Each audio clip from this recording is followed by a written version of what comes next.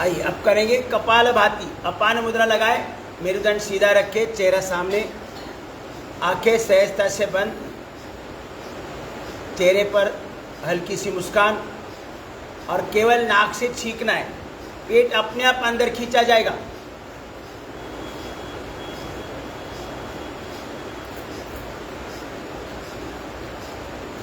अपान मुद्रा लगाना है।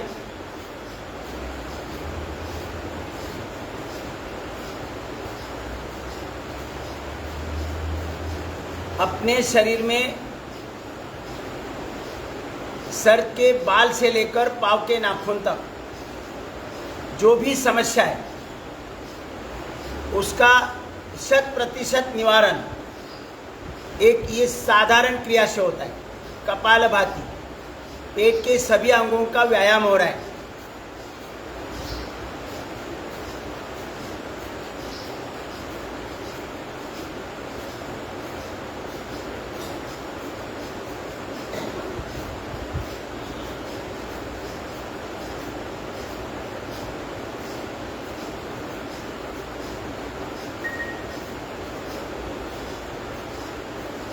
Kidney, liver, intestine, pancreas, gallbladder, prostate, uterus, ओरी, इन सभी अंगों का सुंदर व्यायाम हो रहा है सहजता से।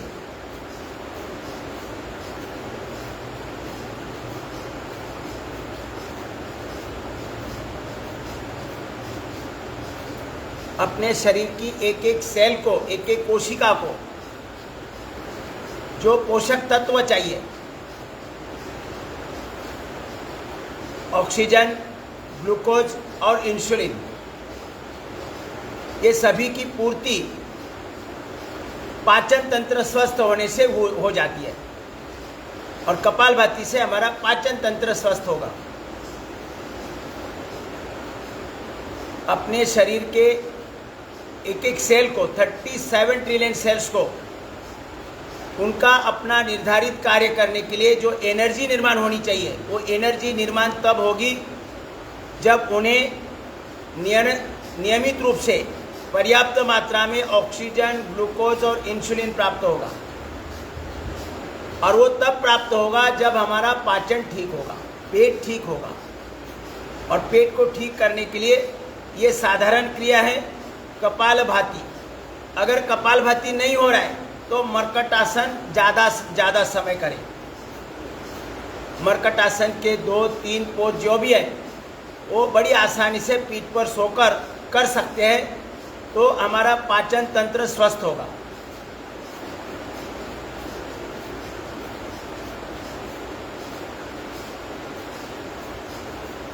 जिनका बड़ा सा पेट है वो तो कपालभाति कर ही नहीं सकता है, पेट हिलेगा भी नहीं है, तो उन्हें ज़्यादा मर्कटासन करना है।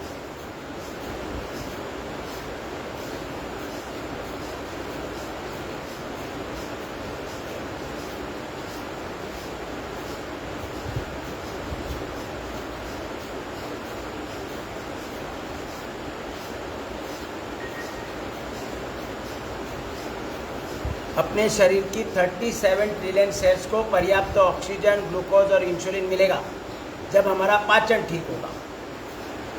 और एक एक सेल के अंदर ऑक्सीजन और ग्लूकोज का ज्वलन होगा इंसुलिन के माध्यम से। इंसुलिन कहाँ से आता है? पैनक्रियास से, अग्नाशय। वो इंसुलिन अगर पर्याप्त आ रहा है तो ऑक्सीजन और ग्लूकोज का ज्वलन निरंतरता से होता रहेगा। एक एक सेल के अंदर 240 वोल्टेज एनर्जी निर्माण होगी और उस एनर्जी पर एक एक सेल की प्रोग्राम की फाइल ओपन होगी। और प्रोग्राम भगवान ने बनाए, ये सॉफ्टवेयर का कोडिंग भगवान ने स्वयं अपने हाथों से किया है, तो उसमें गड़बड़ी वाला काम हो ही नहीं सकता। हमारी जिम्मेदारी है कि एक एक सेल को पर्याप्त ऑक्सीजन, ग्लूकोज और इंसुलिन पहुंचाना, और उसके लिए हमें अपना पाचन ठीक रखना है। और पाचन ठीक रखने के लिए कपालभाति जैसी आसान कोई क्रिया नहीं है।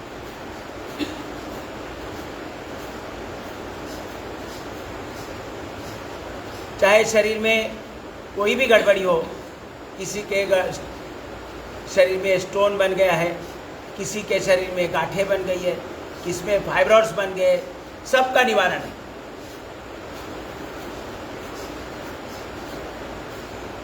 कम से कम 1500 से लेकर 2000 स्ट्रोक तो कम से कम लगाने चाहिए, तब इनका पूरा लाभ मिलेगा। मैं तो 10,000 स्ट्रोक लगा के आता हूँ।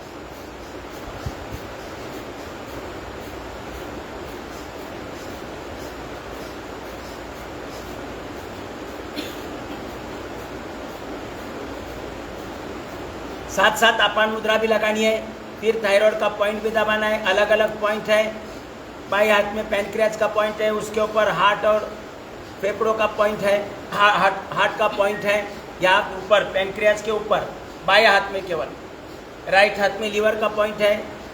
अपनी अपनी सुविधा से अलग अलग पॉइंट का एक्यूप्रेशर करना है।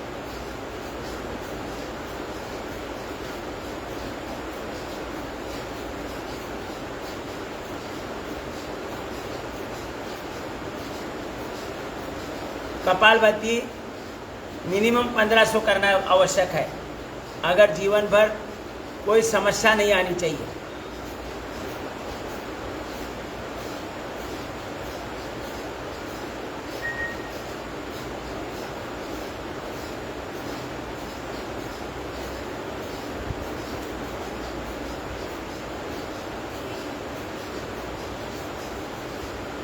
ये यहाँ पर पेट का पॉइंट है जो पाचन को ठीक करेगा। अंगूठे से ऐसे यहाँ पर दबाना है, यहाँ पर है, देखो यहाँ दोनों हाथों में अंगूठे से दबाना है। यहाँ पर जिनका पाचन ठीक नहीं है, एसिडिटी हो रही है, कब्जियत हो रही है, गैस बन रहा है, तो ये पॉइंट दबाए कपालभाति करते समय। सभी पॉइंट दबाने के बाद आखिरी में कौन सा पॉइंट दबाना है? किडनी का, बरोबर। अभी कोई कोई याद हो रहा है।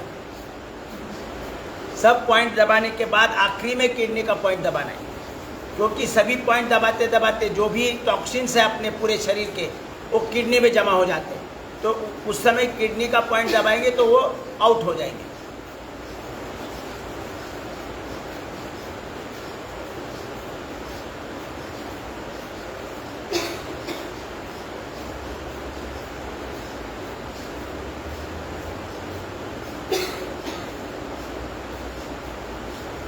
कपालभाति, कपाल माने फोरहेड और भाति माने चमकाना। चेहरा चमकीला कब रहेगा?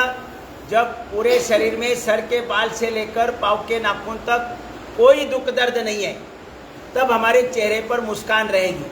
तो ये मुस्कान लाने वाली क्रिया है, मतलब पूरे शरीर के दुख दर्द को खत्म करके चेहरे पर चमक लाने वाली क्रिया है कपालभाति।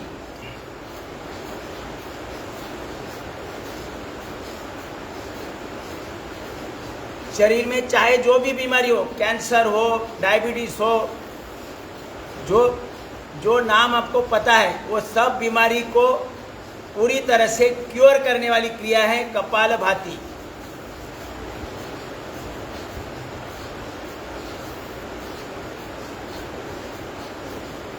शरीर में कोई ऑपरेशन करने की आवश्यकता नहीं है, हमेशा ध्यान रखें।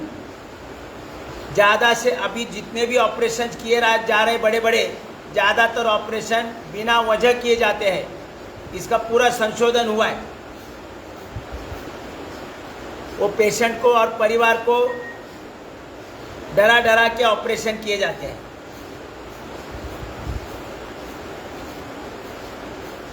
अंग निकाले जाते हैं, अलग अलग अंग निकाले जाते हैं और पूरा जीवन फिर पश्चाताप होता है। कोई अंग नहीं निकालना है, जरूरी नहीं है। कपालभाति करे, योग साधना करे, थोड़ा आयुर्वेद का सहारा ले लो। आयुर्वेद माने जो जड़ी बूटियाँ हमें जो ऋषि मुनियों ने बताई, क्या होने से क्या, कौन से पेड़ के पत्ते खाने के, कौन से फूल खाने, क्या खाना है, वो उसे दवा नहीं हो, हमारा आहार जैसा ही है।